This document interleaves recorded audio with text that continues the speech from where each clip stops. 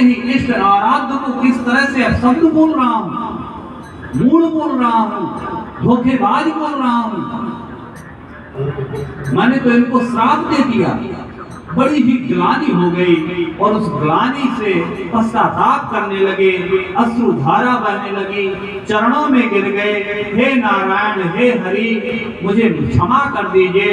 त्राहि माम, मैं आपकी शरण में हूँ, मैं आपका भक्त हूँ, पर मुझे क्या हो गया था, मैं आपको क्या क्या नहीं कहा, मेरे ये सब वाक्य झूठे हो जाए, मेरा ये श्राप झूठा हो जाए, ऐसे कह के बार बार विनती कर दिया। भगवान विष्णु मुस्कुराए, बोले नारद कोई बात नहीं, ये सब माया कि तुम्हारे अंदर जो काम विजय का जो अहंकार आ गया था उसको नष्ट करने के लिए ही ये सब हुआ है।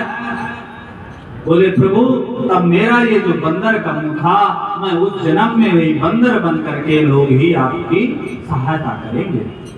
शिवगढ़ भी आ गए। प्रभु बोले कि हमारा क्या दोष था महाराज, हम तो आपको सही कह रहे थे कि अपना मुख दर्पण में देख लीजिए, बहुत उतावले मत होइए, पर आपने हमको राक्षस होने का श्राप दे दिया। नारद जी ने कहा कोई बात नहीं, राक्षस तो हो गए, पर मैं ये वरदान भी देता हूँ श्राप के साथ कि आप लोग उच्च कुल में, ब्राह्मण कुल में पैदा होगे और वेद और प्रकांड ज्ञाता होगे। तो वही शिवगण जो है 3 जन्मों में, एक जन्म में हिरण्यकश्यप, हरणाक्ष, रावण, कुंभकर्ण और फिर कंस और शिशुपाल बने। नारद जी ने कहा प्रभु मुझे इसका पश्चाताप बताइए, मैंने अपने इष्ट के प्रति बहुत कुछ बोला है, अक्षम्य अपराध किया है, इसका निवारण कैसे होगा। तब भगवान विष्णु ने कहा कि हे नारद, तुम काशी में जाओ, वहां भगवान शिव की आराधना करो और ब्रह्मा जी से शिव की महिमा कथा सुनो, क्योंकि शिव जी ने तुमसे कहा था कि तुम ऐसा न कहना भगवान विष्णु से, तुमने उनकी बात नहीं मानी, इसलिए उन्हीं के जब आराधना करोगे, उनकी कथा सुनोगे, तो तुम्हारा ये जो पाप हुआ है, ये पश्चाताप है, ये सब मिट जाएगा।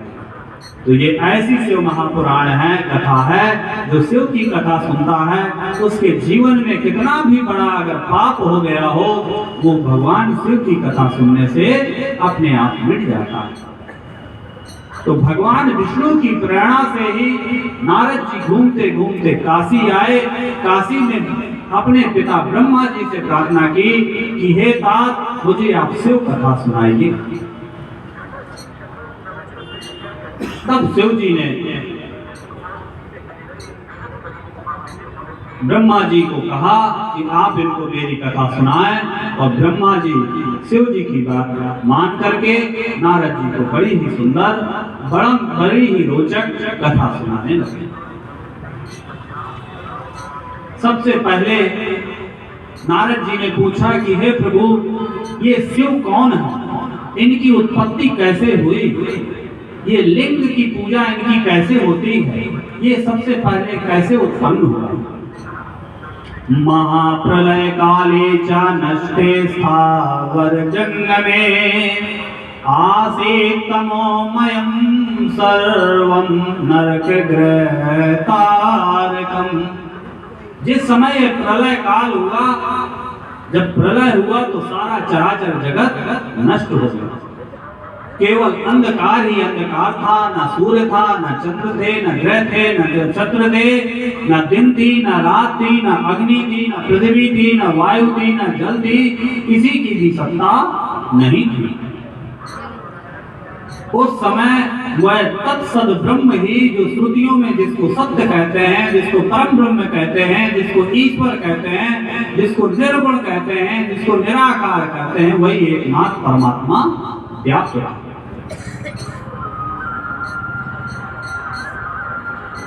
और वही परमात्मा फिर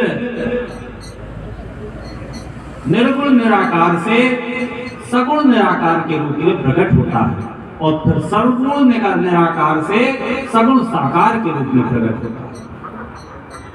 ये कैसी कथा है प्रभु, ये भी हमको सुनाइए। ऐसा जो है नारद जी ने पुनः ब्रह्मा जी से कहा। ब्रह्मा जी ने कहा कि एक समय ये सारा